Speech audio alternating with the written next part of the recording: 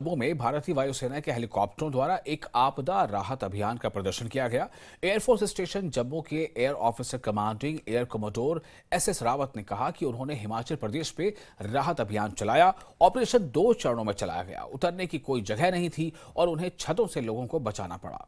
गर्भवती महिलाओं और कैंसर मरीजों को प्राथमिकता के आधार पर निकाला गया। एयरफोर्स स्टेशन की सुरक्षा पर उन्होंने कहा कि वो किसी भी स्थिति के लिए हमेशा तैयार हैं।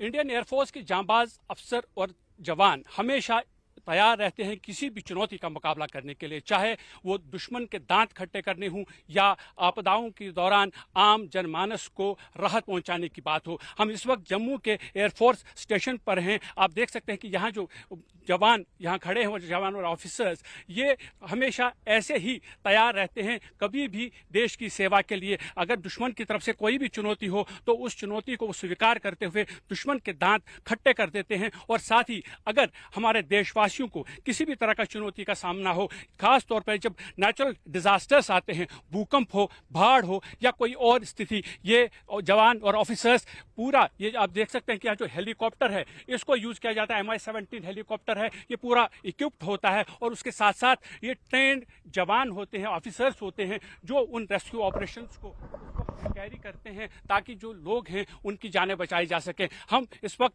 जम्मू के एयरफोर्स स्टेशन पर हैं। हमारे साथ हैं इरफान जरियाल, जिन्होंने हाल ही में हिमाचल प्रदेश और पठानकोट में जिस तरह की त्रासदी हुई थी, जिस तरह की बाढ़ के हालात पेश आए थे, उसमें उन्होंने हजारों लोगों की जानें बचाई हैं। हम उनसे ये जानने की कोशिश करेंगे कि आखिर ये जो स्थितियां होती हैं किस तरह से वो उन स्थितियों से निपटते हैं। सर, आपसे ये जानना चाहेंगे कि ये जब भी बाढ़ की स्थिति होती है कितनी चैलेंजिंग होती है?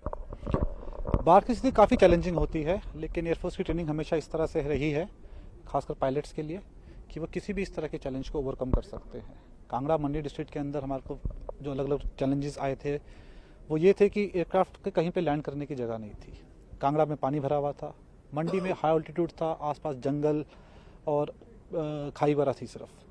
तो ऐसी सिचुएशन के अंदर पायलट्स को अपना मालूम यूज़ करके इनोवेट करना पड़ता है ताकि ऑपरेशन सक्सेसफुल हो सके, जो हम करते आए हैं हमेशा। अगर हम टोपोग्राफी की बात करें या जो स्ट्रक्चर्स होते हैं, अगर जम्मू कश्मीर की बात करें, कश्मीर वैली और हिमाचल में, वहाँ रेस्क्यू करना, लैंडिंग की जो होती है सुविधा, वो बहुत कम रहती है क्योंकि हेलीकॉप्टर लैंड नहीं कर सकता। और दूसरा, लोग जो हैं छतों के ऊपर, उस रूफटॉप के ऊपर ही क्या वहाँ से रेस्क्यू करना पड़ता है? कितना डिफिकल्ट होता है वो उस तरह के हालात में? इस तरह के चैलेंजेस हम लोगों को कांगड़ा में मिले थे, जहाँ पर आसपास पानी भरा हुआ था, लोग छतों के ऊपर, छोटे छोटे टापुओं के ऊपर अटके पड़े हुए थे और सबसे बड़ी इंपॉर्टेंट चीज़ ये थी कि जहाज़ कहीं लैंड नहीं कर सकता था। तो हम लोग कई बार ऐसा करते कि कोई छत के ऊपर लटका हुआ है तो एक पहिया छत के ऊपर है, बाकी हेलीकॉप्टर बाहर है, कमांडोज नीचे गए, लोगों को उठाकर जहाज़ के अंदर डाल रहे हैं, कई बार विंच इन कर रहे हैं हम लोग।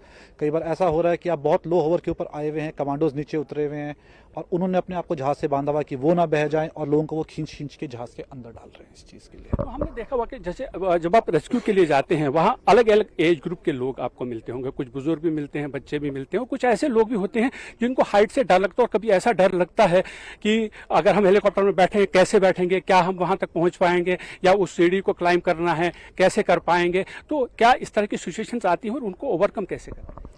कांगड़ा डिस्ट्रिक्ट के अंदर हम लोग 3 दिन की बच्ची से लेकर 90 साल की औरत तक को रेस्क्यू किया था। अब मोस्टली हम लोग जब विंचअप कर रहे होते हैं तो लोगों को हार्नेस पहनाते हैं और विंचअप कर लेते हैं, लेकिन कई बार ऐसा होता है कि हेलीकॉप्टर नीचे भी नहीं जा सकता है, आसपास ऑब्स्ट्रक्शंस हैं, वायर्स हैं, कोई खंबा है जहाँ जिसकी वजह जो रोटर से टकरा सकता है, तो हमें उसके ऊपर रहना ज़रूरी है। तो हम क्रेडल को नीचे भेजते हैं, उसके अंदर ऐसे पेशेंट्स को डालते हैं और फिर उन्हें ऊपर खींचा जाता है। हिमाचल में आप अभी हजारों लोगों को रेस्क्यू करके आए हैं, कोई खास मोमेंट आप शेयर करना चाहेंगे कि जो आपका यादगार हो अभी तक?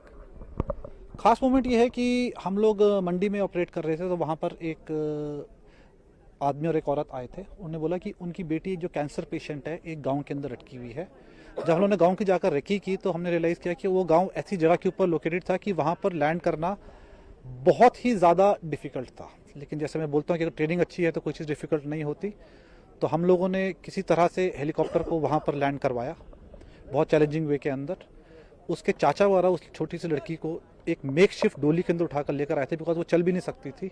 लेकिन जब हम उसे वापस मंडी लेकर आए हैं और वहाँ पर हम लोगों ने उसे उतारा है तो जो खुशी उनके चेहरे के ऊपर थी, उससे हमारे जितने भी चैलेंजेस थे, जितने भी हमारे मन में संकोच था या फिर ऐसे बोल लो कि कोई डाउट था, सब सॉर्ट आउट हो गया था कि जो हम कर रहे हैं सही कर रहे हैं और सेफली कर रहे हैं। तो आपने देखा कि जिस तरह से आपने कहा कि बहुत ही चैलेंजिंग जॉब रहता है और आपने सक्सेसफुली ऑपरेशंस किए हैं। सिक्किम में जिस तरह से एक त्रासदी हुई है जिसमें हमारे कुछ फौजी जवान जो हैं वो मिसिंग हैं, उनको जो रेस्क्यू ऑपरेशंस के लिए लगातार काम तो जारी है, आप क्या आश्वासन दिलाना चाहेंगे उनकी फैमिलीज़ को और देशवासियों को?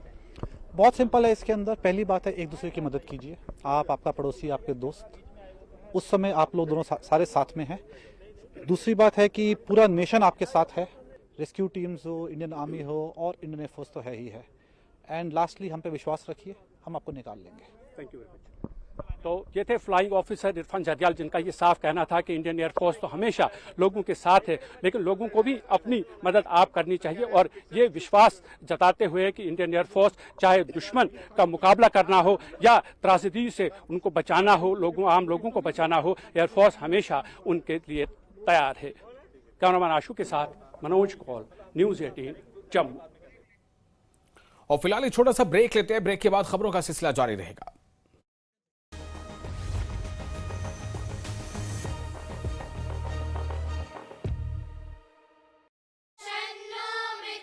ये शास्त्र है, विज्ञान है।